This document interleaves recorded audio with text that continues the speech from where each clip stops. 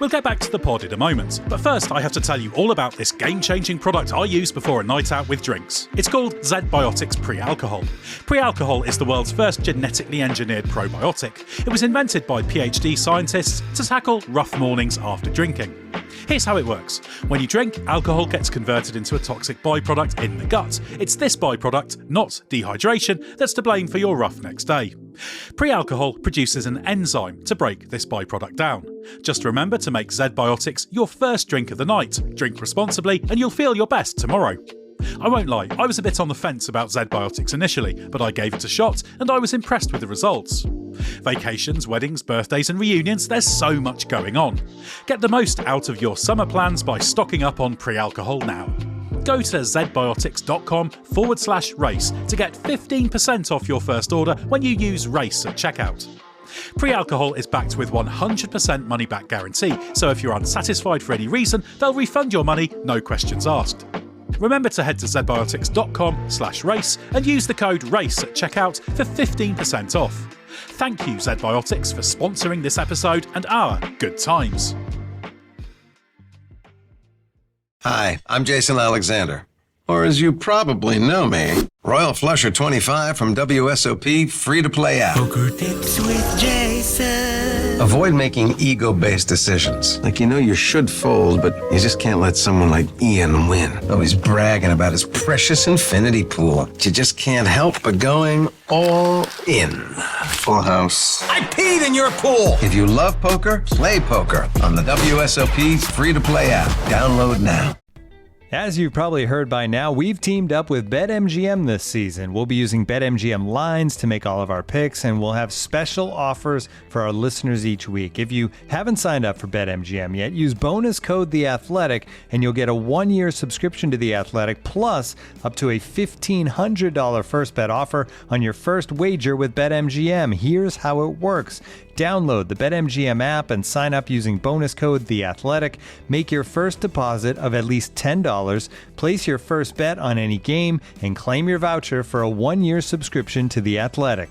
See BetMGM.com for terms. U.S. promotional offers not available in D.C., Mississippi, New York, Nevada, Ontario, or Puerto Rico. Gambling problem? Call 1-800-GAMBLER. Available in the U.S. Call 877-8-HOPE-NY or text HOPE-NY 467-369 in New York. Call 1-800-NEXT-STEP in Arizona. 1-800-327-5050 in Massachusetts. 1-800-BETS-OFF in Iowa. 1-800-270-7117 for confidential help in Michigan. 1-800-981-0023 in Puerto Rico. First bet offer for new customers only in partnership with Kansas Crossing Casino and Hotel.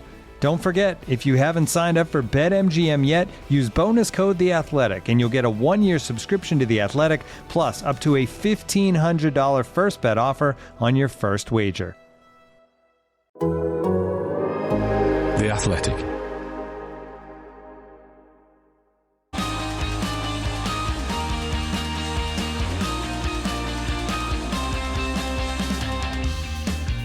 The race is on, and Kimi Antonelli will make his public F1 debut in FP1 for Mercedes this weekend, ahead of his full-time graduation next year. So what should we expect from the 18-year-old? I'm Edd Straw, and joining us to answer that question, plus another batch from our listeners, are Ben Anderson and Scott Mitchell-Malm. Ben, Monza time. Must be one of your favourites. I thought there was going to be no question. It's just a statement of Monza time. Monza time. Go! It's equivalent to the social media. It's race week. Oh dear. It's Monza week. You can't have one of those tropes. It's Monza week. Are you hyped, Ed? Are you asking me to jump on the Monza hype train? Absolutely. It's a high-speed, low-downforce Monza hype train. Yes. Yeah, it is. Yeah. Should be exciting. Will Ferrari be in a special livery with a dash of yellow? Probably.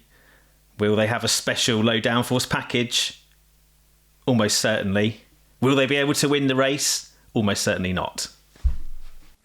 Will they add to their vast bounty of 2 Monza wins from 2010 onwards? Yes. Are you excited about Ferrari at Monza, Scott? We're going to talk about Ferrari later, but I'm trying to get into the spirit of the Tifosi here and build up some energy. Ben didn't do very well there. The Italian Grand Prix is, well, I was going to say it's always special and unique, but there's 2 now, isn't there? In the Stefano Domenicali Liberty era. Less it's not special. Even got that going for it. Yeah. But Monza is. Monza's I really like this spell of the season that we're either side of the summer break have been going through, because it feels like the classic part of the season with the run of circuits that we have, and just tracks with tracks and events with character, which I think there's a handful on the calendar. By which you mean bad parking and bad facilities, Scott? Well, there's that. But that now goes without saying at every single Grand Prix event. Oh, of course, yeah, sorry. They're all a bit rubbish. My mistake. No, it's more just like there's a few where it doesn't matter if you're there or you're watching on telly. Like, they're awesome. Like, they're just, as events, you get a feeling for it. And for me, Monza, I don't think there's a podium, for example, that kind of just gives you that kind of sense of like, wow, this is a bloody big deal, quite like Monza does. Maybe Silverstone. It's just one of those where I won't be there this week. You're not voting for the DJ. You're not going to vote for the DJ booth coming out of the ground in Mexico.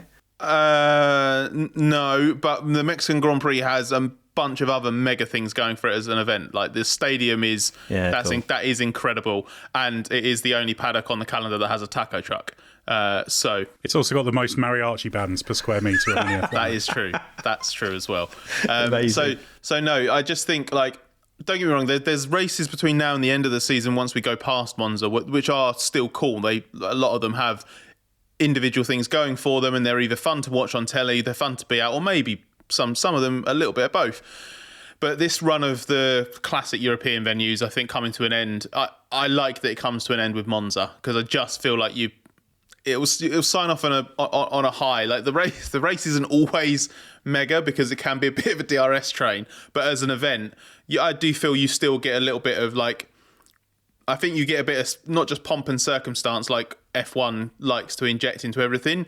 You get a little bit of authenticity and just good old-fashioned fever.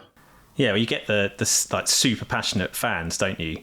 Crowding the paddock entrance and lining the grandstands, and also sneaking into the circuit and not being in the stands as well, going into the woodlands. And also, you get to see the cars in, as Ed mentioned, low downforce trim, which means actually they're quite difficult to drive, so can be quite exciting to watch. Yeah, that's the big thing, isn't it? It's not only a wonderfully historic venue, but something a bit different in terms of the configuration of the cars, which is great. So, yeah, looking forward to another visit to Monza. But, Scott, before we get into wading through questions from the Race Members Club, we do need to talk about Kimi Antonelli. He'll be driving an FP1 for Mercedes this weekend. Preparations are ramping up for what's still only an expected rookie season because he's not been confirmed for next year, but he will be. How momentous could this session be? It could be very significant. I think it's going to be great for the wider world, the first chance to see this incredibly hyped and clearly incredibly talented young man driving in a Formula One car in an official setting for the first time.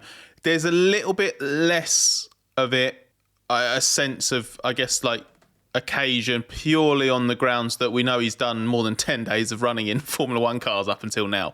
So that kind of takes away from a little bit, but that's really just a throwback to really eras of the past, because it's only really relatively recent in F1 that we had to get excited about rookies driving F1 machinery for almost the first time in FP1s or pre-season tests, that kind of thing. The main thing is that we're going to see what Kimi's about as a driver. We're going to see a first glimpse of how he deals with the realities of Formula One. We're going to get onboard footage for the first time and actually kind of get a chance of his to see his and scrutinise his technique, that kind of thing. And if everything's smooth, if he gets a legitimate and representative program, we might also get a genuine glimpse of his just pure ability and pace if they let him loose on a low-ish fuel run on a set of softs. It depends how their program plays out, but it's always momentous when a really, really good young driver steps into a Grand Prix weekend for the first time, and we've had the privilege, I think, of seeing quite a few. Both of you would have been at Suzuka for Max Verstappen's? Yeah, went trackside for that. 2014, yeah, I was watching at the S's, the Snake. Where were you watching, Ben? Was I not with you trackside at the S's? I can't remember. You may well have been. Oh, I hope you were. Because that's a damning indictment of your contribution. I can remember Max Verstappen being there because I was doing a piece on watching him. I can remember Mark Hughes, our colleague, was there, who I wasn't working with at the time, but he was over the other side of the track. But I can't. It's very possible you came up with me. Maybe I'm misremembering it. What an impression! I remember that Verstappen session. I remember interviewing him after the run. Certainly. there we go. Yeah, there's another. Because he made this glib remark about our race in Florida, going, "Taught me everything I know." Oh yes, yeah. When you became the first person he took out of a race in, in single seaters. But the thing that's interesting is the glib remark is, FP1, it's not really a chance for a driver to make an impression. They've just got to do their job.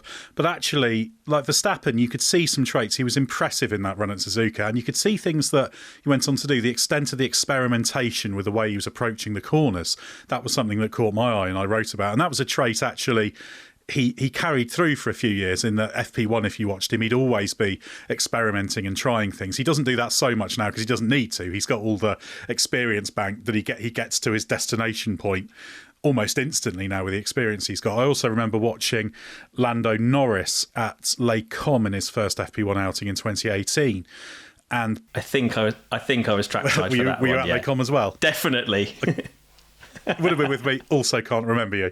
But I can remember seeing Norris, and I thought Lando Norris wasn't any good, but I thought he might be one of those drivers who'd had a lot of opportunity and kind of got himself to a good level and might not be able to replicate that in Formula One. But actually watching that FP1 session was the start of me thinking, actually, he's got something, because he was hustling the car a bit like Alonso did and not limited by it in the way that Stoffel Van Dorn was. And the reason I mention that is the Verstappen example and the Norris example are times when someone in FP1 has made a very positive impression. I had a very positive impression from Isaac Hadjar last year as well. Didn't they run Norris in Alonso's car so they could benchmark him against Van Dorn in the same session? Or am I misremembering that too? No, Norris did a run of events at the end of the season, so there would have been points where Van Dorn was alongside him. I can't actually remember. I can just remember seeing the way he was manipulating the car, because Van Dorn was very contained by the limitations of the car, but Norris was kind of getting on top of it. So that's why I mentioned that, because you do see that, and it's very easy to pick out, that was really impressive, that was really impressive. I should note I wrote about both of those at the time, so they were genuine recollections. And there are times when people make a good impression and then don't go anywhere. But it is a chance, Ben, for if you're as good as someone like Antonelli is, there will be signs of it, even in a 60-minute free practice session. Yeah, absolutely. I mean, you can see from the case of Ollie Behrman, who's got his promotion to Haas full-time next year. It's from the first FP1 he did, which I think was Mexico. Yep. Okay, so I'm not misremembering that. Yeah, that was definitely Mexico. Yeah, I remember that. That wasn't so long ago, so I can remember. No, a bit easier. But Ao Komatsu was immediately singing his praises in every public utterance about Behrman after that press conference and what have you. So the driver, even in a car that's not particularly competitive, not up against an absolutely stunning teammate, because obviously Antonelli, he's taking Russell's car, isn't he? So he's going to be alongside Lewis. You haven't got the chance to really upstage somebody in the way that Norris was able to do with Van Dorn, a driver that the team is maybe not convinced about at that point. But the team internally will get a huge amount of information back from that run, and it will be the chance for them to kind of benchmark what they think they've seen in the older ground effect car that Antonelli's been testing against what he can do in a, bona fide race-winning Formula One car on a Grand Prix weekend. Obviously have a certain programme to go through that might be test items and what have you, but he's bound to, the way that FP1s have been running recently, he's bound to get a decent-ish qualifying type simulation run on the soft tyre, you would hope. Yeah, and there's a chance to do something there. I must admit, I've just checked my notes, and yeah, you were right, he did run against Van Dorn, but Van Dorn did have some brake problems in that FP1, so his running was actually a bit restricted. But the version I sort of think of is comparing how Van Dorn was generally that year to what Norris did. But but the brakes was something he really struggled with at McLaren, wasn't it? So I think all sorts of problems beyond having a specific technical problem. I think that was one of the reasons he was contained and couldn't attack, like you mentioned. It's one of the specific problem on that particular occasion. But yeah, as a general point, it was an issue. But Scott, this is the chance for Antonelli to sort of show the world what the fuss is about, because while people have been paying attention, and with the best will in the world, for most people, his antics in F4 and Formula Regional, he was just kind of a distant, this is the next rising star, isn't he doing well? But as soon as that Mercedes seat became available, which coincided with him stepping up to F2 and really being a little bit more front and centre, people are starting to see what he's doing. Obviously, it's been a really tricky season. Prema struggling with the setup of the cars to get the best out of it all year. And it's a chance for Antonelli to actually show that he has something, isn't it? And that, I guess, is what everyone's looking for, because some people are sceptical about why Mercedes are going to put this 18-year-old who's not dominating F2 into an F1 car. It's a very tentative first step towards showing what the hype's all about. He won't do it all in one practice session. If he does get that low fuel soft tyre run, he'll give a glimpse of it, I think. He can get close.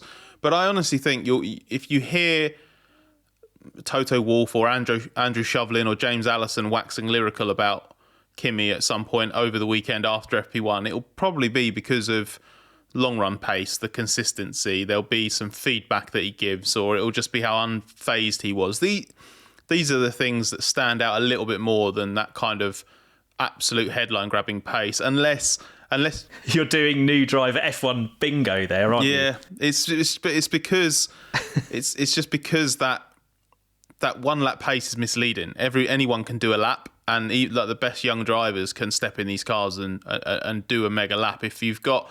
And also because the FP1 programs, it's not just a Friday practice thing. The FP1 programs are so varied.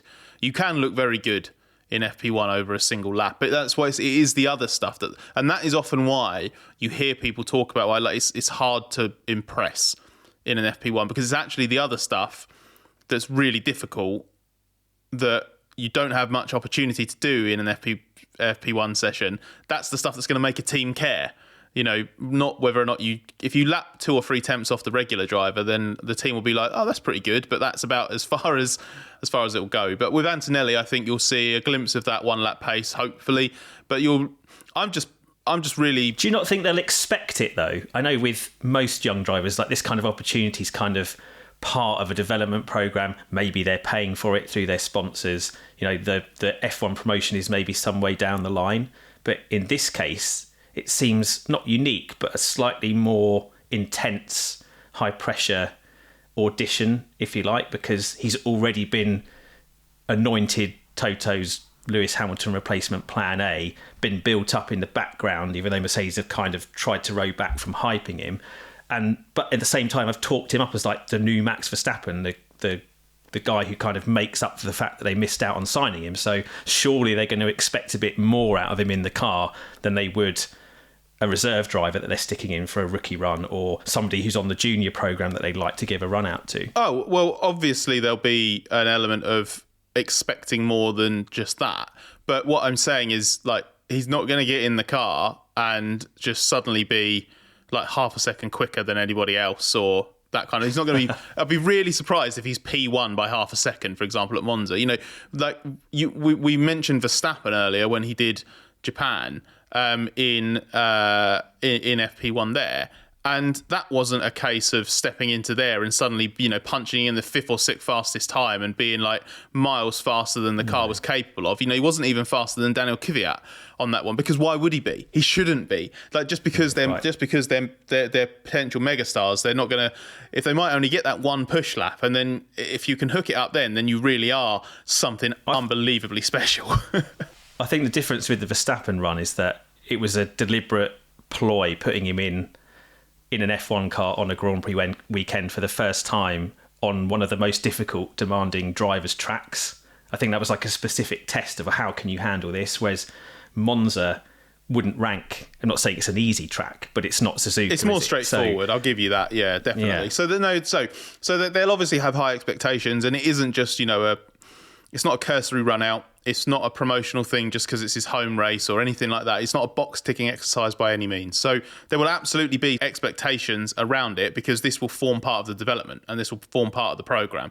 But my point with it all really is I'm excited to see how he does in all the other areas other than that kind of headline pace, if that makes sense. I'm really looking forward to watching his onboards and actually getting a sense of his driving technique. I want to see if he does a 5 or 6 lap run, I want to see how it compares. I want to see how quickly he gets down to a respectable pace, that kind of thing. I want to hear what his feedback to the team is. I want to see how he copes with everything when there are other F1 cars on track rather than just a private day running in the 2022 machine. That's the kind of stuff that I care about, and I think that's the kind of stuff that will reveal a little bit more about him. Yeah, and chances are he will be impressive in that regard. We'll be keeping a very close eye on him. We've got a couple of questions related to Antonelli. This one sort of indirectly from Ben Tampin. I'll aim this one at you, Ben, seeing as you've got the same first name as Ben Tampin. With Antonelli all but confirmed at Merck for 2025, if Verstappen becomes available for 2026, where do you see George Russell having to go if Toto Wolff continues his pursuit of Max? We had a similar question from George Vandini as well. We should note we've talked about which driver might have to move on, but yeah, this scenario of, let's say Russell does have to move for 26, where would he go? Yeah, well, he doesn't have many options, really, because of the other top teams outside of Mercedes. Ferrari, McLaren, they look locked down to at least the end of 26 and probably longer in some cases. The only openings outside of Red Bull are Alpine if Doohan flops and they decide they don't want to keep him going after 25, or Audi, which obviously still has an open seat, but that would be the punt that Carlos Sainz wasn't prepared to take. So really, his best and probably only option apart from that is a straight swap with Max. Max goes one way, George goes the other way. And although that would seem like a sort of defeat for Red Bull, given obviously everything Max has achieved, I think Russell would be a much better banker replacement for them than some kind of Perez, Ricciardo, Tsunoda, Lawson combination, which is what they're failing to decide on at the moment for the second Red Bull car. You know we love talking stats here at The Athletic. Here's one that's super simple to remember. Discover automatically doubles the cash back you've earned on your credit card at the end of your first year with Cashback Match. That means with Discover, you could turn $150 cash back to $300. That's right, you could put it towards some memorabilia you've had your eye on or treat yourself to a premium sports network. You earn and Discover doubles. See terms at discover.com/credit-card. Time now to tell you about the sponsor of this episode, Grammarly.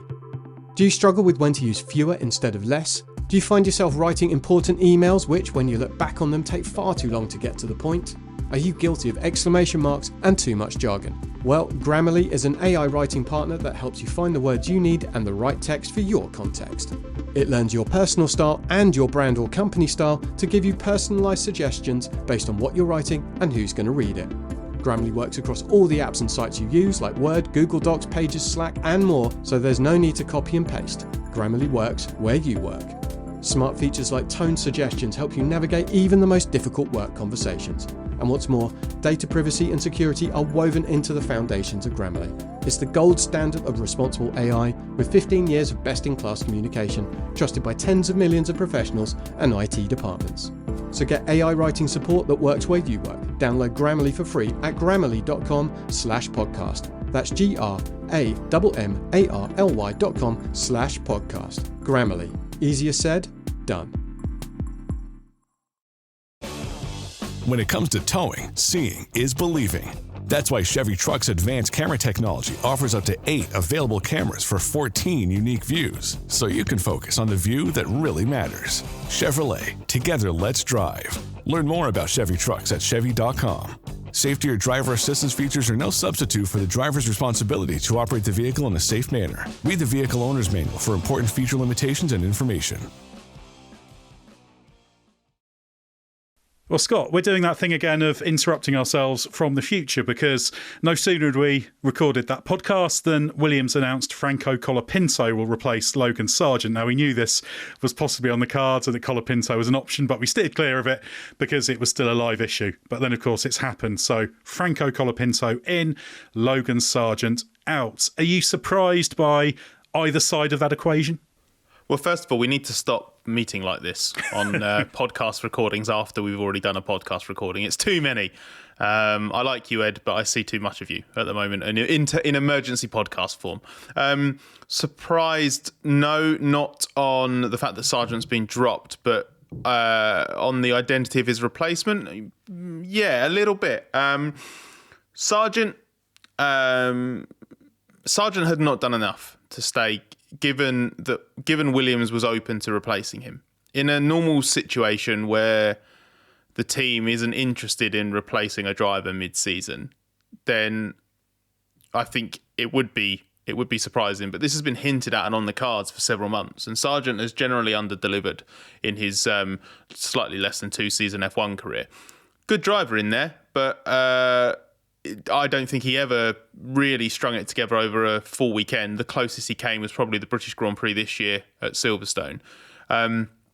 Flashes of promise, absolutely, but just generally not quick enough and crashed too much. So it's always harsh when a driver gets dumped mid-season, but this one is fair. It's justifiable. It's not one where you look at and go, well, they're trying to force an explanation for this where there is none. As far as Colapinto goes, there were multiple drivers, multiple options for Williams, none of which were, standout cast iron favourites. You could make a case for Liam Lawson, Kimi Antonelli, Mick Schumacher, Colapinto, Felipe Drugovich, the Aston Martin reserve. So the fact that they've gone with Colapinto is very, very interesting. I mean, he's one of Williams' own, so that always was going to count in his favour. But I really like it as a pick. It's such a wild card choice. And while Colapinto is rough around the edges, he's having a good Formula 2 rookie season, not, championship contention. I don't know if he's an absolute megastar in the making, but I really liked what I saw of him in FP1 at Silverstone. And as far as dropping in a driver goes, Ed, this is the kind of one that makes you've got to be quite excited about it because it's a fun pick, isn't it? Yeah, very, very much so. I guess some of the benefits for Williams is it keeps it in the academy, doesn't it? They're quite keen on that academy scheme, so it's another chance for them to show, look, you do get opportunities if you're in our academy. And he's come on quite well in F2, and evidently his attitude has impressed. And I think that was something that maybe played a little bit against Logan Sargeant in terms of his overall approach, as well as what he was delivering, which is kind of what's tipped the patience from running out to run dry with the Zandvoort crash. But yeah, this is very left field. Obviously, when it became clear that they were considering making this change, he was a possibility. He's driven the car, he's there, he's available, but he was seen as a little bit of an outside choice because of where he is in that pecking order and the fact they might want a driver with some experience to bring into it. But I really like it in terms of what it says about backing your own talent. Plenty of teams don't ever go near their academy scheme. Williams was actually a latecomer to having an academy, and now they've got their second drive from their academy. Okay, you won't be in a seat next year, but what an opportunity! It is really, really good. I think it helps sort of stem the blow almost of having to dump one of your academy drivers at this point. It should be pointed out that Sargeant wasn't a Vowles era Williams young driver. Vowles inherited him from the previous regime. Colapinto has come on as part of that Vowles-Sven Smeets alliance on that side. And I spoke to Smeets at Silverstone about Colapinto, about his FP1 outing. I really liked the way that he leant on the car in practice without taking it too far or doing anything silly. I liked how detailed his feedback was. It was clear that he had a good idea of what he wanted to get across, although he laboured the point a little bit too much, which I know is the pot calling the kettle black, given how much I ramble on this podcast sometimes, but nonetheless. I also liked the improvement through the session on one lap and long run pace, and Williams was impressed by all of that as well. I actually think Colapinto did a better job around that than Williams expected him to. And you mentioned attitude. I think his attitude to that week was absolute top notch, because he only found out about it a few days before. It was after the Austrian Grand Prix the weekend prior. He got very little sim work and preparation to do. He was dovetailing his F2 commitments with it as well, and he didn't put a foot wrong. He actually also had a really strong F2 weekend. as a result of it. So I think that Williams has wanted to reward that. You know, they've given him a chance. He's done a decent job with it. There's clearly good potential there. How high the ceiling is, we don't know. You never know with a young driver. Like, as I said earlier, megastar in the making, not sure. He doesn't have the stunning track record of drivers that have come in the past, like Oscar Piastri or the other F2 champions and megastars before him, or junior megastars before him, I should say. But yeah, the fact that they're back in one of their own, it just, I think it's important. I think with 9 races to go, you still have to make a choice that you think can genuinely do a better job than Sargeant. And Williams has made it clear this is expressly in the pursuit of scoring more points. But there'll be other elements to this as well. You know, it'll be a boost to the side of the garage that has had to rebuild cars too much, that has been disappointed too much, that hasn't had the performance there. It's a breath of fresh air for the team. Colapinto will be a popular member of the team with people that have dealt with him already, because as far as I can tell, he's only given off good vibes. As far as Williams is concerned, he's left a good impression so far. And I just think there'll be, renewed enthusiasm for the final stage of the season with that upgraded package, the possibility of going out fighting for points. And I think the bottom line is, with Sargeant, I think Williams had lost all belief that he would actually score points if the car was capable of it, and he could crash more likely than score points or cause problems for the team one way or another, more likely than score points. And when you look at the difficulty of other drivers that you could have put in, was any a standout better option than Colapinto? Williams has decided not. Yeah, and I can see why they've done that. They'll know a lot about Colapinto. They've done extra sim work, obviously the Abu Dhabi test last year as well, so they know plenty about his attitude and his aptitude. Great for F1, I think, to have an Argentinian driver on the grid again. It's been a long time since there's been one of those. Gaston Mazzacani, the last one in, 2001 odd? So, yeah, 2001 it would have been. So, yeah, this is very positive, I think, in that regard. And ultimately, yeah, Sargeant, it's not been the absolute easiest opportunity, but it's what you make of it. I'm not having it that he's been ill-treated by Williams.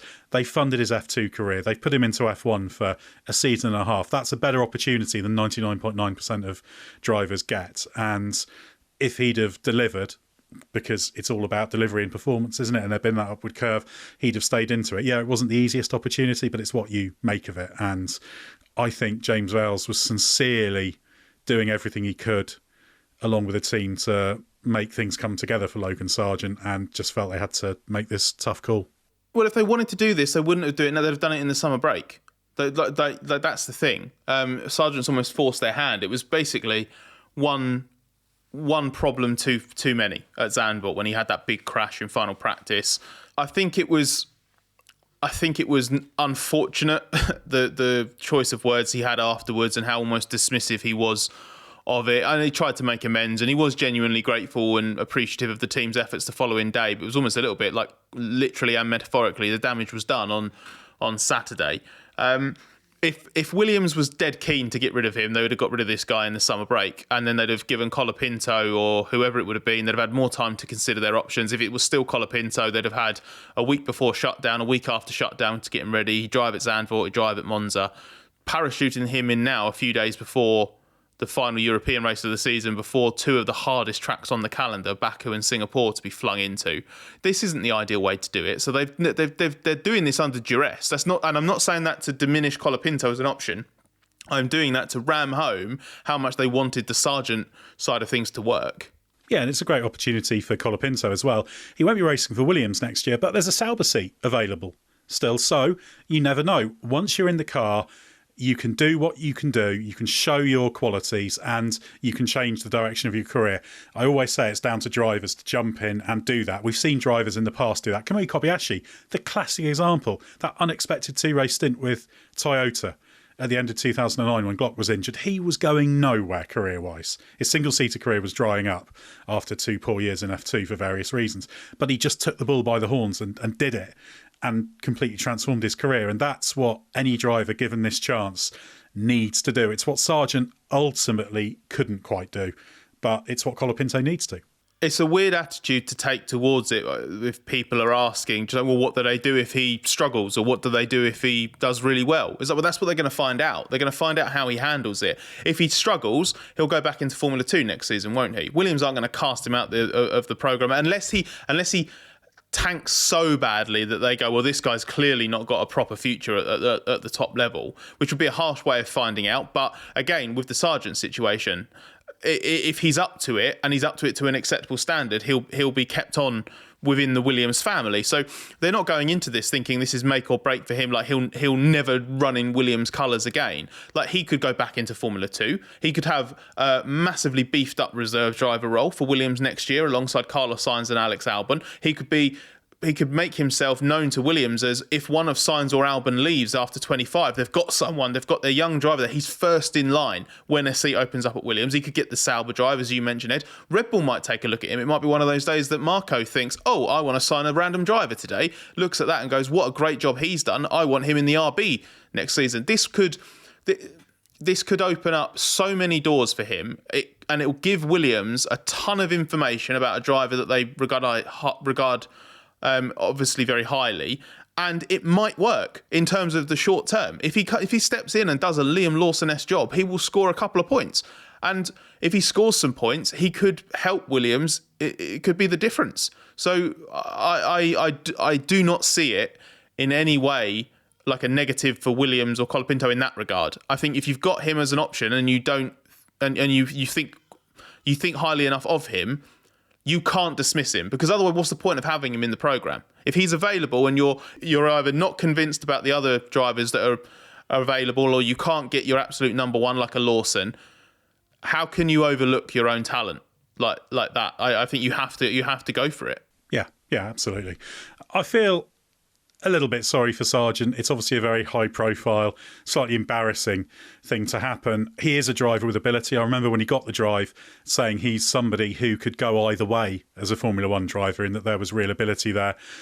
Does it come together and get refined into something more? It hasn't really come together. He hasn't coalesced, but I'd like to see him in the future, because you learn a lot in Formula One, taking that knowledge, taking the positives from the experience and feeding that into his future, because he's a driver who could have a good future elsewhere. I can't see anyone in Formula One looking at him. I just don't really see there's a way back in. Maybe he can get a reserve driver role or something, but he needs to kind of transfer this into a racing programme elsewhere, which he's already been working on. In fact, James Vowles had talked a number of times about wanting to play a part in helping Logan Sargeant continue to race elsewhere. I don't know whether that's changed a bit. I suspect that may have been derailed by what's obviously become a little bit acrimonious. But a shame for Sargeant. But ultimately you reap what you sow, don't you? And I don't think you can make a compelling case. But it's going to be a fascinating thing to have this weekend, to have this other driver. We talked about Antonelli in FP1, but throughout the whole weekend, we can see how Colapinto gets on. And I agree with you. I think you can argue he's almost a no-risk gamble, because if they don't think Logan Sargeant was going to have a chance of scoring points over the rest of the season, then the worst thing they've done is swap one for another who's going to do the same thing. But there's massive upside potential there as well. So I guess that's got to have played into the thinking, hasn't it? Yeah, there's never a guarantee that a driver's going to step into this scenario and do better than the predecessor. But when you look at it on balance in 23, for example, between them, Daniel Ricciardo and Liam Lawson did better than Nick de Vries did. And you're chasing the upside. That is the thing. It is that case of, was Sargeant likely to score points between now and the end of the season? I don't think there was any evidence to suggest he would. He went on a genuinely decent little mini run of form, actually, a few races before the summer break. But that came crashing down at Spa, the last race before August, when he had a really, really tough weekend, and then he came out of it and shunted at Zandvoort. So it eradicated any of the goodwill or potential that was kind of there. He was tracking closer to what Williams needed from him, but he didn't get it over the line. So now the bar will be lower for Colapinto out of the blocks, for starters. So I don't think Colapinto will disappoint Williams necessarily straight away, but they will expect a steep trajectory of improvement against what will be a steep learning curve. But why can't he rise to it? You know, they're not asking him to go out there and start putting it in Q3 straight away, but getting out of Q1 a few times would be a nice starting point. And if he can put himself anywhere around the sort of row 6, row 7, drive sensibly, there will be opportunities between now and the end of the season to score points in that car if Zandvoort is anything to go by. As long as, obviously, Williams makes sure that their parts are actually legal. Yes, that's going to be a key thing. But yeah, it's going to be a fascinating storyline to follow both this weekend and across the 8 races that follow. And now I can hand back over to myself, Scott, and of course Ben Anderson, who'll be back to get on with the rest of the podcast. Let's move on now to working through some questions from the Race Members Club. If you're interested in joining the Race Members Club, which allows you to ask us questions on the podcast, gives you ad-free podcast, bonus podcasts as well. There's a Gerhard Berger one where we put your questions to him that Glenn Freeman did the interview for, that's available at the moment. There's all sorts of that sort of stuff. Head to Patreon or click the link in the description or have a look at our website and you'll be able to find out all about the Race Members Club. Ben, seeing as it's Monza this weekend, we're going to talk about Ferrari's prospects on home soil. The Italian Grand Prix hasn't been an especially successful race for Ferrari in recent times, just 2 wins in the past 15 years, the most recent in 2019.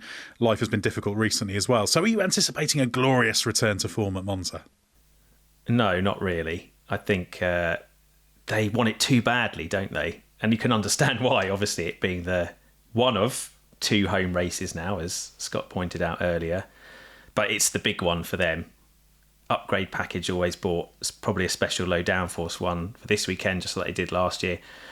I think they probably had a slightly better chance last year when they couldn't quite get it done. And they were surprisingly competitive there. I think they will be stronger this weekend than they were at Zandvoort, certainly in qualifying. Although they were surprisingly impressive in the race, weren't they?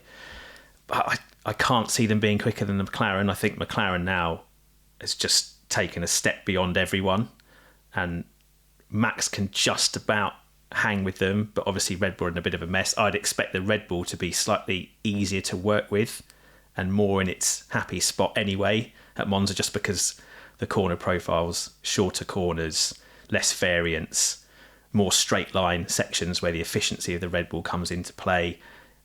I don't know about the weather, but I mean, even if it is slightly weather disrupted, I think you'll pay a bit less for that at Monza than you would at a place like Zandvoort, which is just so much more difficult, windy, undulating circuit. So I kind of see McLaren as favourite, Max probably filling the podium, maybe ahead of Piastri, depending if he gets it together. And then Ferrari probably in the mix to scrap over the best of the rest. They might beat Mercedes. The Mercedes seems so sensitive to track temperature variance. So the Mercedes might be incredible and fighting for the win, or it might just be nowhere near the podium again. But Ferrari, I think, will be more in the mix for kind of being third best, but I'm not expecting podium heroics unless there's some kind of opportunism, a bit like happened in the first stint at Zandvoort. I think you are potentially underestimating one Charles Leclerc, who has made a bit of a business recently out of scoring podiums in races he has no real chance of scoring a podium in. I like the idea. Yeah, I like maybe. the idea that Zandvoort was a miracle. I think he'd said that on sort of Saturday, just kind of, it's like, it'll be a miracle if we score a podium. And then obviously that got twisted into, so Charles, was this a miracle? And it's like, oh, he was only saying it. And now he has to kind of like stand there and just go, yes, I am the second coming. I am the Messiah for Ferrari. I'll tell you what, he has been at a very high level. And I do think with where that team can be, it's got such a wide range of optimizing and executing a Grand Prix weekend. Like, if you take, I think Zandvoort might be up there with one of their best weekends of the season in terms of getting the most out of it on race day. When you look at how bad things were, clearly the car was just simply more competitive as well. We shouldn't forget that. But you compare it to Canada, for example, which was by a long way the worst one of the season. It's stinky. Like, Monza's not going to be that bad. I mean, it can't be. But it's kind of difficult to pitch which Ferrari will turn up. But if they get the most out of it, we know that they've at least got history of doing a relatively better job with their Monza special than with the kind of average of the car's performance for over a season. And last year, as you mentioned, Ben, was a good example of kind of, they came from a low point of a tricky Zandvoort and then nailed it a week later at Monza. All that thrown into the mix with Leclerc doing as well as as he has been doing, and the fact that he does seem to rise to the occasion quite nicely in front of the Tifosi. Softer tyres as well. It's quite. Yeah, I wouldn't rule rule out him sneaking third. I can see him doing like a sort of second row of the grid and then nailing it and somehow sneaking a third place. But I don't think it's getting any better than that. It's very dangerous times to be making predictions in general, and a lot will depend on. Thanks very much. Fun though. Yeah, exactly. Yeah. Where was that warning before? Well, no, the benefit of predictions is you can then measure the outcome against your expectations, and that will signpost you towards understanding the reasons for it. That's all part of the process, isn't it? Can I now record my Leclerc wins prediction, and then after that I'll record my I just don't think Ferrari's got it in them, and Leclerc's going to be 7th in this race prediction. That reminds me of the time we accidentally forgot to substitute in the Alonso is definitely leaving Alpine version you recorded as an alternative. But anyway, going back a few years there, for those who've been listening for a while. Third place, if Piastri performs, is a bold prediction for Leclerc, because I can't see a podium that isn't 2 orange and a Red Bull, and that Red Bull being the thing is, there's I think the Red Bull will be strong because it's a very air efficient car, but Monza plays a little bit more to some of the Ferrari strengths. It's good over the curbs. Those 2 chicanes will be good for it. Short duration corners are good for it. It's got good punch off the slow corners as well. Yeah. So there's 2 chicanes. I mean, I know, there's 3 chicanes, but Ascari is not a slow chicane. It is a fast sweeper. That's will they bounce? Will they bounce in that section? Because that's got to be a concern, hasn't it? That's the big question. The porpoising is still a problem, and the thing is, even if you. Because they get into this slightly strange thing where they're trying to accentuate the positive in that Leclerc was saying at Zandvoort, the bouncing's not really a problem. It's like, that's because you've taken countermeasures and the car's a little bit higher and everything, and therefore you're not slower. Triggering it. So you lose the benefits you've talked about in the past when you're also accentuating the positives. In terms of in the lower speed range corners, it's working really well. So we know they've got an upgrade. It could be a bigger step than we expect, because you kind of default to assuming it's just going to be the low downforce stuff, but there could be more. It's possible. I think we might have to wait a bit longer for a proper new floor, but we'll have to see. But it makes it very hard to predict. I can't see why they'd have the porpoising fixing new floor here if they couldn't get it to Zandvoort a week ago. Unless it was such a tight thing, and I mean, with the summer break with a week either side. It could have been, but I'd be surprised. I would also be surprised, yeah. But that's why I kind of feel like maybe the natural upper limit is kind of 4th or 5th, but then from there, a little bit of Leclerc overachieving, someone else missing it slightly. I don't think it's a huge stretch to sneak onto the podium. But are we going to have a Ferrari win? Go on, Ed. Say we are. It'd be fun, wouldn't it? I always like home wins, whoever they're for, because they're always great days, and a Ferrari win at Monza counts as a home win, and we haven't had many of those, so it'd be brilliant to see, wouldn't it? That would be fantastic. We've got a few other Ferrari related questions that are coming at similar sort of topics from slightly different angles. Scott Jacobus VDL says Ferrari brought no upgrades to Zandvoort and are well off the front of grid pace in qualifying. Have they lost their way? I don't think so. I think it's more that Zandvoort exaggerated or maybe ruthlessly exposed where it's just been weaker this season, and then linked to that is the point about the lack of upgrades, which is that they are working on something that, if it achieves what it's meant to achieve, could be the holy grail of Ferrari developments this season.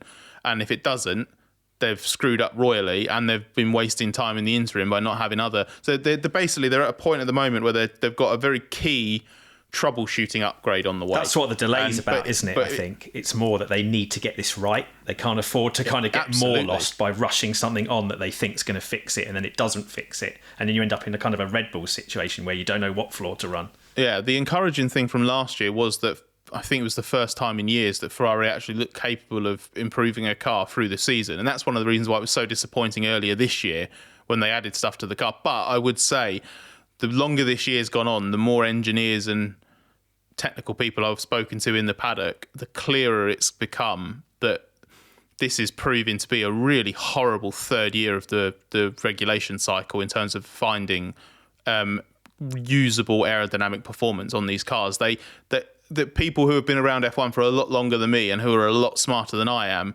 are making it very clear that this seems to be, I think, the trickiest rule set ever to get, because it's so complicated and it can go wrong so easily without them expecting it.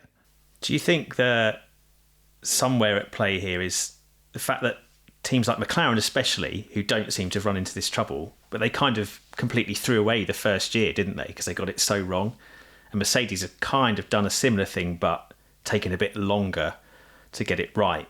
So are they just benefiting from the fact that they're starting later than everyone else in terms of doing the right stuff? Whereas teams like Ferrari and Red Bull, who started stronger under the rule set, have then just run aground sooner because they haven't had to come from the lower base. They haven't had the same benefit of kind of spending a year or 18 months looking around at what everyone else was doing. It's tricky. I mean, you might get that effect, but also partly if you hit upon a direction that's got a little bit more ultimate potential or whatever, then there will be that kind of braking effect for the ones who are ahead. It's it becomes hard to it's almost impossible to unravel all of those things. But right now, Ferrari's in a weird position because it either could be that it's just had a temporary stutter, it's needed to kind of hit this problem, work through it, and then crack on, or it could be something they can't unravel. So it could be that they're in a disastrous position or a position that will be good in a few races' time. They'll be good in Singapore anyway, for example, and Baku they should be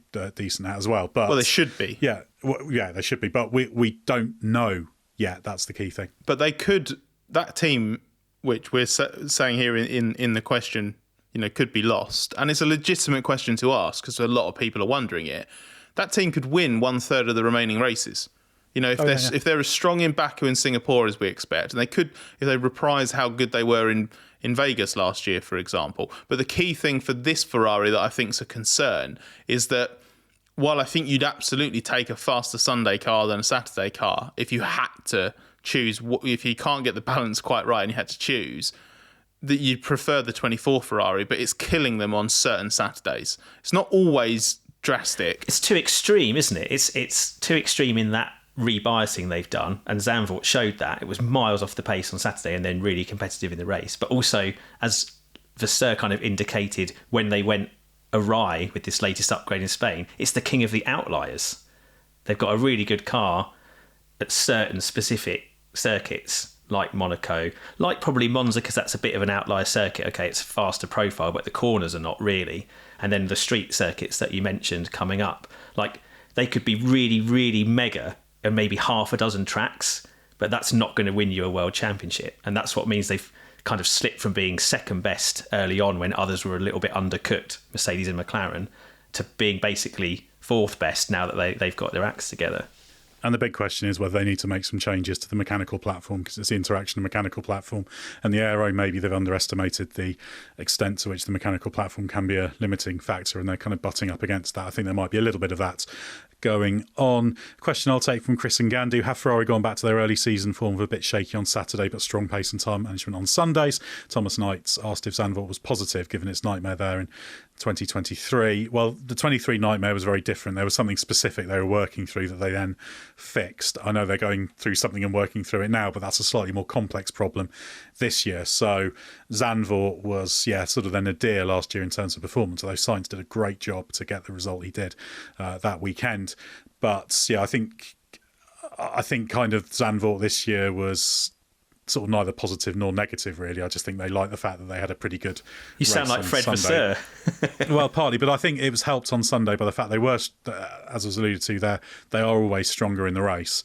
Mercedes, however, struggled so much with tyre deg, that got them ahead of Mercedes. There's another version of that race where Mercedes don't have the same tyre deg problems.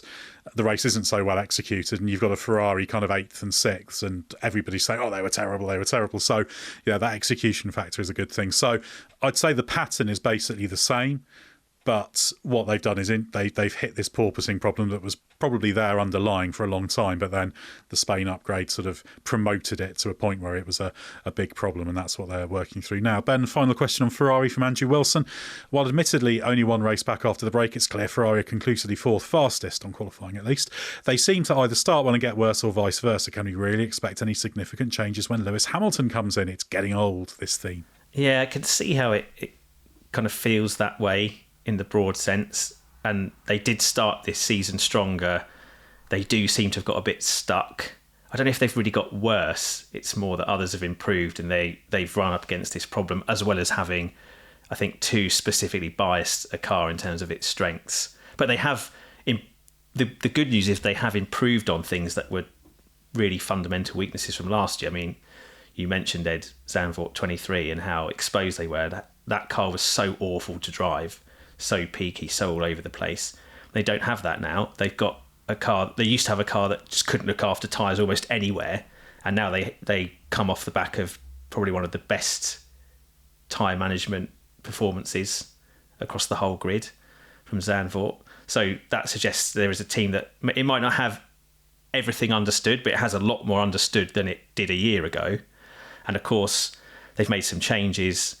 Cardile's going to Aston. He was the guy who insisted on having the suspension configuration they've got now, so maybe that will change given that he's been removed as a blockage, if you like.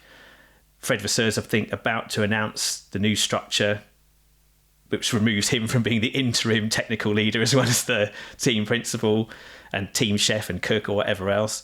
So that's going to be positive because the team will have a much clearer idea of lines of reporting and responsibility for the rest of the season going into the winter. So for Lewis Hamilton arriving, I think he's going to arrive to a better Ferrari than last year's Ferrari fundamentally, a better Ferrari than it is now in terms of structure and direction, because also they'll have more knowledge. I think, the experimenting they did 12 months ago that translated to a fundamental improvement at Monza, where they were surprisingly competitive, but they sustained that through the rest of the season. That's fed into this year. I think they've been fundamentally a lot better and more consistent than probably any time under this rule set, although they haven't had maybe the same peaks that they had in 22. I think they've been there more often. I think they've got quite a good baseline for Lewis, and really next year will be about feeling his way, because he's going to have to start again after so long in one team. There's going to be so much for him to learn, so much to adjust to get him comfortable. Really, it'll all be about building towards 2026 and a new rule set for him. And we should also say that we've seen from what Mercedes have done and the slightly longer term gains McLaren have made that you can have a kind of step change in your understanding. Ferrari's close, and it's in that point where it could just understand it, flick a switch, whether that's with an upgrade this year or next year's starting car, and then it's right back in it. So yeah, I think we are seeing progress from Ferrari, particularly in the Vasseur era. Well, also Mercedes also shows you that they can get it right and win races. But as Toto was saying after Zandvoort, suddenly you go from being 1-2 at the end of a race to being nowhere in the fight. So you can kind of unlock that understanding and then still lose your way. So even though it kind of broadly looks like Mercedes is on the up and Ferrari's kind of stagnated or maybe dropped, it can change so quickly, even if you think you've got everything figured out. And you may even get a pattern with these regs with, given the compromises involved, everyone will have a slightly different compromise of the characteristics, and we will actually see that it becomes harder for one team to kind of be the dominant team across a full season. Actually, it'll swing a bit more back and forth with track characteristics and that kind of thing, which is a great recipe for a championship. Right, let's run through a mixed bag of questions now. Ben, Chris Parrott, are McLaren Constructors' Championship favourites? Yes, I think they are. Based on what we saw at Zandvoort, how every time they introduce a development, it seems to work and the drivers are happy. The car is consistently fast everywhere, more benign than the Red Bull, easier to extract the performance from, doesn't seem to run into tyre degradation problems now, whereas the Red Bull does. Red Bull looked lost. The fact that they've reverted to an early season floor on Max Verstappen's car is quite extraordinary, I think, at this stage in the championship. So if Piastri can do a bit better than he did at Zandvoort and take points off Max, I mean, that they could even win the Drivers' Championship. But I think the level Perez is at, I can't see how McLaren doesn't overhaul Red Bull in the remaining races. Scott, a question from Paul Balkazak. Now that Lando Norris has won another race and is slowly but steadily creeping up on Max Verstappen in the points, do you think it was the right call to let Piastri through in Hungary? The 7-point difference was downplayed, but on more than one occasion a driver has lost out on the championship by 1 point. Max is still the favourite to win, but Norris is definitely a candidate. Every point matters. McLaren should try to go for the Constructors' and the Drivers' Championship. Yeah, I still stand by how I felt after Hungary, which is that if Norris was going to pull off the most unlikely of title comebacks, then he's going to need some assistance along the way, and he's not going to be faster than Piastri necessarily every single session, every single race between now and the end of the season. There might be some times where McLaren has to deploy some team orders to help some swapping of positions, or Piastri to play rear gunner and take points off Verstappen, all of this, blah, blah, blah. And there's a strong chance that doesn't happen. if Norris goes rogue, puts himself before team and teammate, and wins in Hungary in the manner that he could have. I've always said, if the championship is going to be so tight that 7-point swing in Hungary could make the difference, then he'll gain more points than that between now and the end of the season by having not just Piastri but McLaren on side. Do not underestimate the damage that Norris would have done to himself within McLaren. It's not just a case of will Piastri cede to a single team order between now and the end of the season. It's whether everybody in that team would have Norris's back, and I think they'd have really struggled to if he hadn't done what he did and eventually yielded in Hungary. It's also worth noting that 70 points is a huge number of points. Norris is not in the Drivers' Championship at the moment. It's not impossible he could get into it, but it's going to take something pretty extraordinary with 9 races and 3 sprints left to go for that to happen. So you just keep getting the results and see what happens. It could happen, but I'd be very surprised. I don't think thinking about the Drivers' Championship is particularly helpful at the moment. Just think about winning races and think about winning the Constructors. He said it would be stupid. Yes, Norris said it would be stupid to talk about the Drivers' Championship at the moment, and I think he's right. Yeah, I don't think that's even a downplaying it to avoid pressure. It's just it's such a long way off, and I think Verstappen's going to keep picking up results. He'd need a few disasters on Verstappen's side for things to change. Could happen, probably won't. Question from Oscar Robledo. What is the protocol for avoiding impeding a driver on a quick lap? Do the stewards now expect cars to disappear or jump off the track because a car behind is on a quick lap? Well, it kind of comes down to have you made the best possible effort to do it? I would say when I first saw the Hamilton impeding one for Perez, I thought he wouldn't be done for it because I thought he'd pretty well got out of the way. It's an awkward bit of the track. But then you listen to the lead up to it. Mercedes, the pit wall could have been a bit sharper. I do think as a rule, when you listen on the onboards, teams are very bad at factoring in cars behind the one that's immediate. Because I think if Hamilton had known a bit more where Perez was, he'd let one through a little bit before. I think it would have been easier for him to manage and probably get out of the way even more. That's what they looked at there. So do you make your best effort? I mean, it's very, very difficult at a track like Zandvoort, a narrow track, old school track, lots of bits where the track's not going in a straight line. But yeah, do you make your best efforts to be as responsible as possible in terms of it? And they do let impeding go sometimes because there are occasions when there's just nothing you can do about it. But they will penalise those sorts of things. And I think it was the pit wall primarily that needed to sharpen up there. Yes, it's usually the comms, isn't it? If there's some kind of failure of the team to do effective job of notifying the driver, the stewards will just go for it.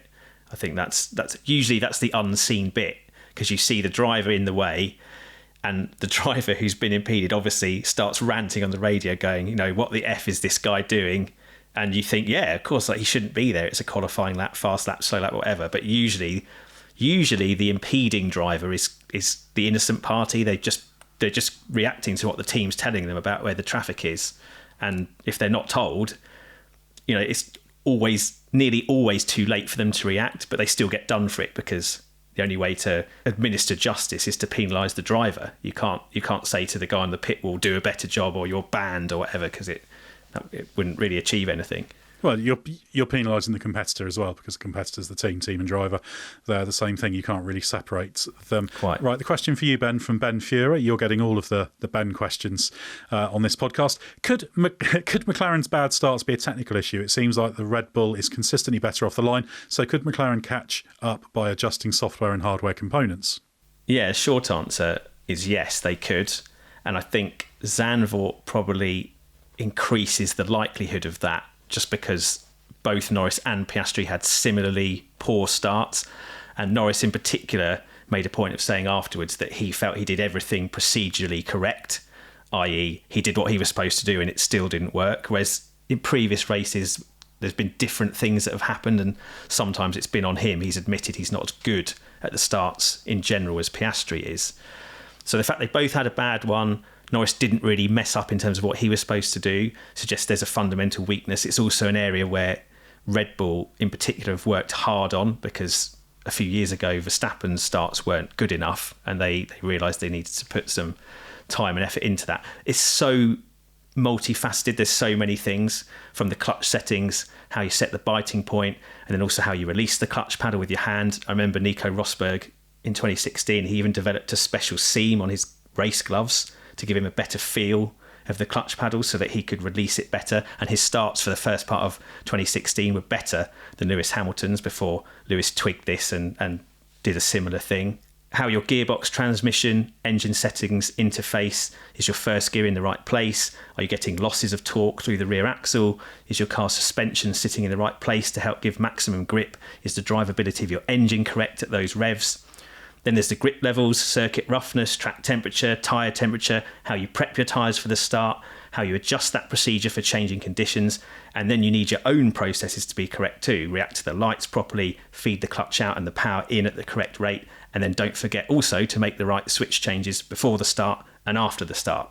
So there's so many things there, both human, software and hardware, that you could alter to affect your start. And the thing that's worth remembering as well, the sensitivity of it all. You have the clutch paddle and it's about 80 millimetres of travel on that. And the team will tell you, right, we want 30% clutch engagement. And you have to know where that is. You can't put anything in the action of that clutch pedal that tells you where anything is. So you can't have like a little bit of resistance so it clicks every 10% or something. You've got to know where that is.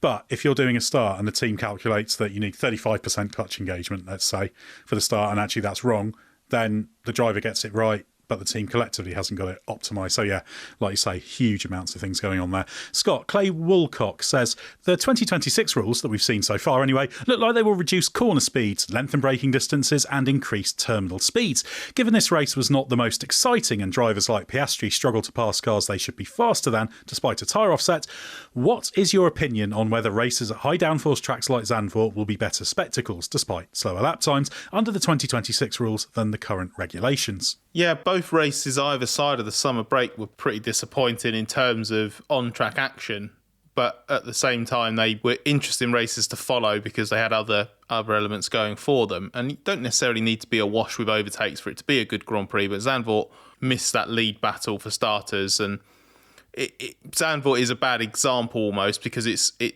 ever since it came back on the calendar, and we all know the reason why it's been allowed back on the calendar. It's not a modern F1 circuit. It's not fit for these kind of cars. It doesn't have long enough straights. It doesn't have clear overtaking opportunities. It has two really around the lap, and even then you need quite a big pace offset. I think the delta that teams were working towards was about a second at Zandvoort to be able to overtake somebody. All that said, I am cautiously optimistic about the 26 regs. There's a lot about them that I definitely wouldn't approve if it was starting from a completely blank sheet of paper.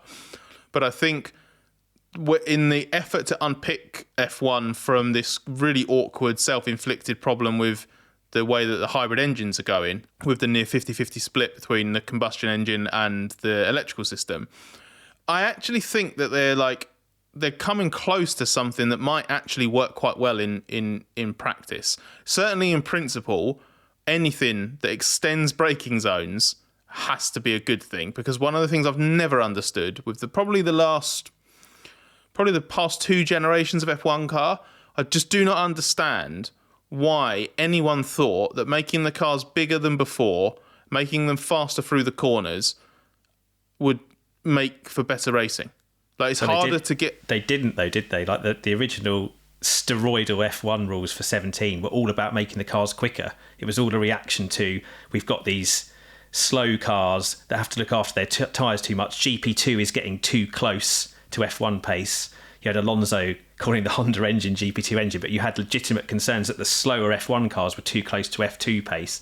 So it was all about, we need to make Formula One the fastest thing on the planet again. So screw the racing, screw the following. Let's just give them as much downforce as we can possibly find. Well, maybe the better way to rephrase it then is I don't understand why anybody would expect that to result in good racing.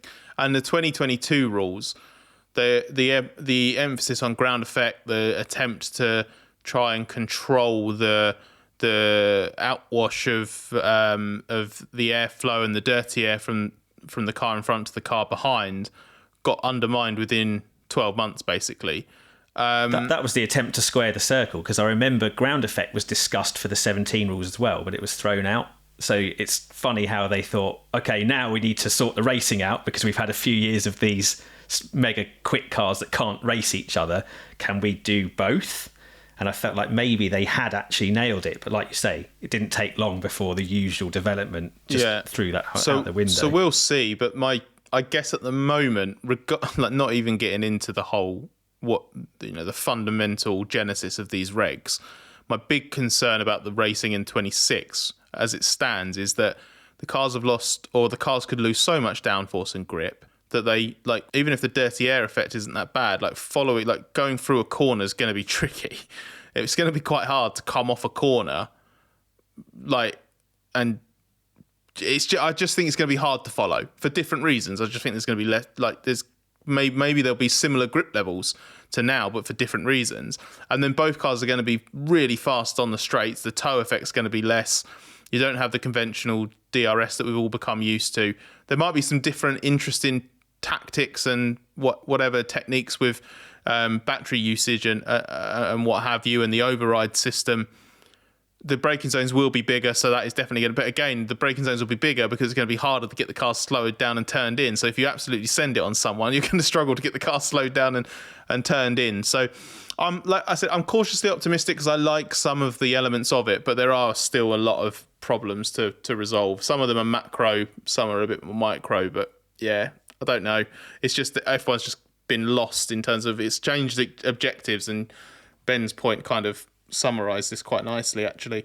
It's been changing objectives so much in the last decade in terms of what it wants its cars to achieve and be, that you can't just expect it to suddenly become mega with one set of regulation changes. Next up, we've got a question from you and Taylor that I'll take. I think we can all agree that bank corners are great, so why do we never seem to see new tracks built with bank corners?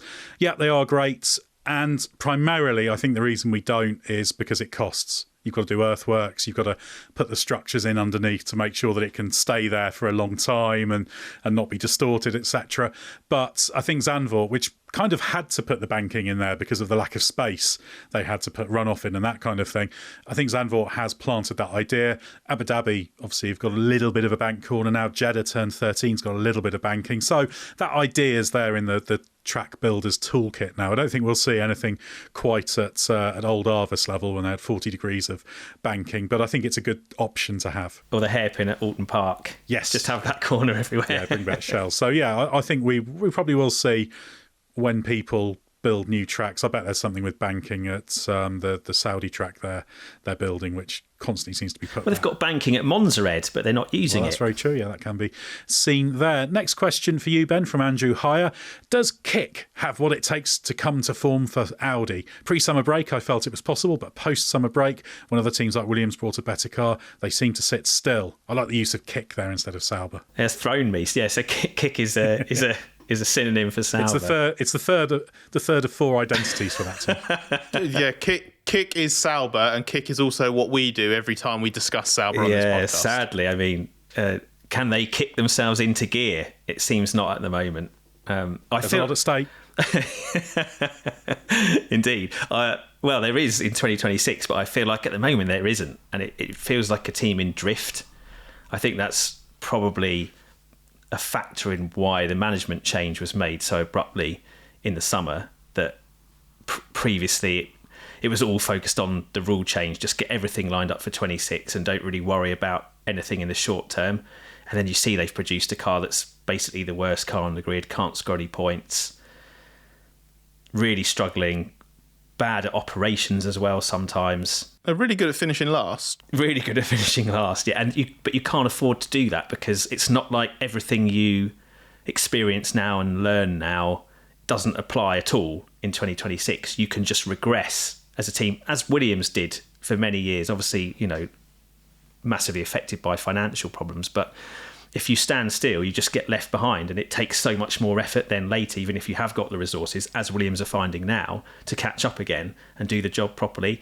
And Sauber can't really afford to just drift through 24 and 25, coming out of its Alfa Romeo previous tie-up and going into its Audi one, and just do nothing. So I feel like they need to kind of get a grip and do something a bit more coherent for next season, rather than just worrying about what the team's called in the interim between Alfa Romeo and Audi. Next up, Paul Blart's got a question for you, Scott. There's still a lot of confusion over Liam Lawson. Helmut Marko said that he will be in a seat next year. Christian Horner then defined that as not necessarily in an RB or a V-carb, instead of being possibly loaned out. So any ideas where he could land? Only Audi or maybe Mercedes have a seat next year? I think he'll be in a Red Bull Racing car or an RB car next season. I think one of Sergio Perez or Daniel Ricciardo is being dropped, and then there'll be a reshuffle. I think the ideal scenario for Red Bull is that they can put someone a bit more experienced in the Red Bull Racing car, but if both Perez and Ricciardo are underwhelming, I can absolutely see a scenario in which Lawson goes in straight away at Red Bull Racing, and then RB is just Tsunoda and Hadjar, maybe, or maybe Ricciardo gets a stay of execution, but they've got to put the quickest guy in, haven't they, in the Red Bull Racing car? But they don't know who that is. Teams around them are doing that. But they don't know who that is. No, they don't, do they? It's a horrific situation. They've basically managed.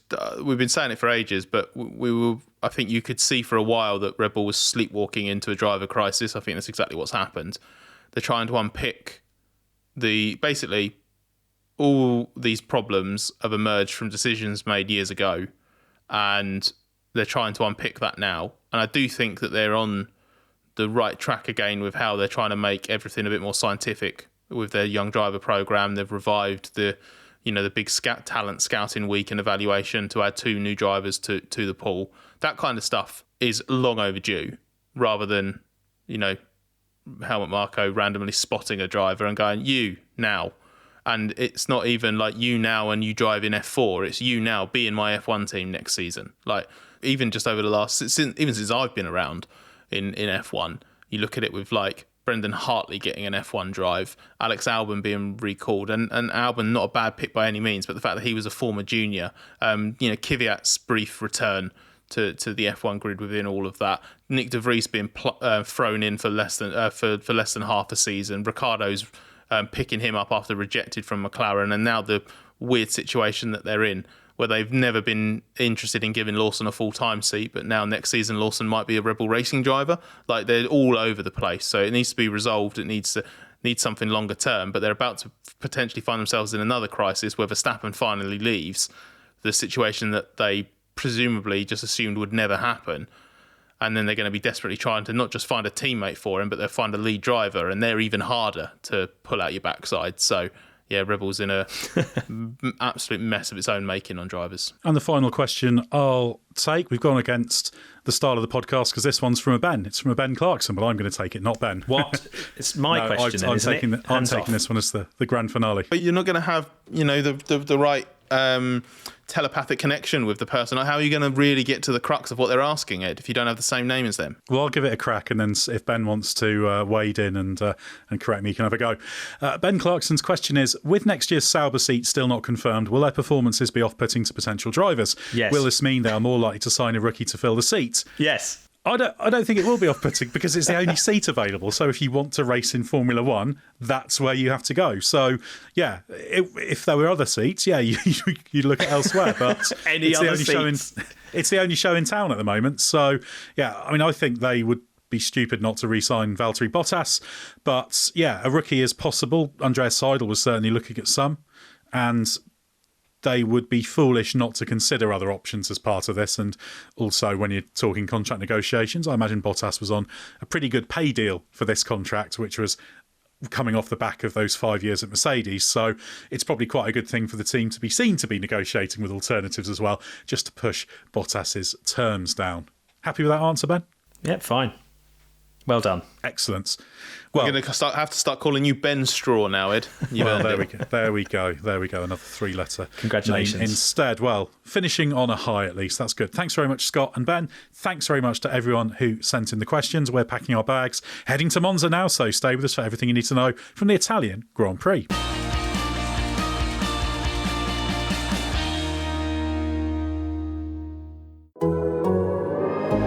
The Athletic.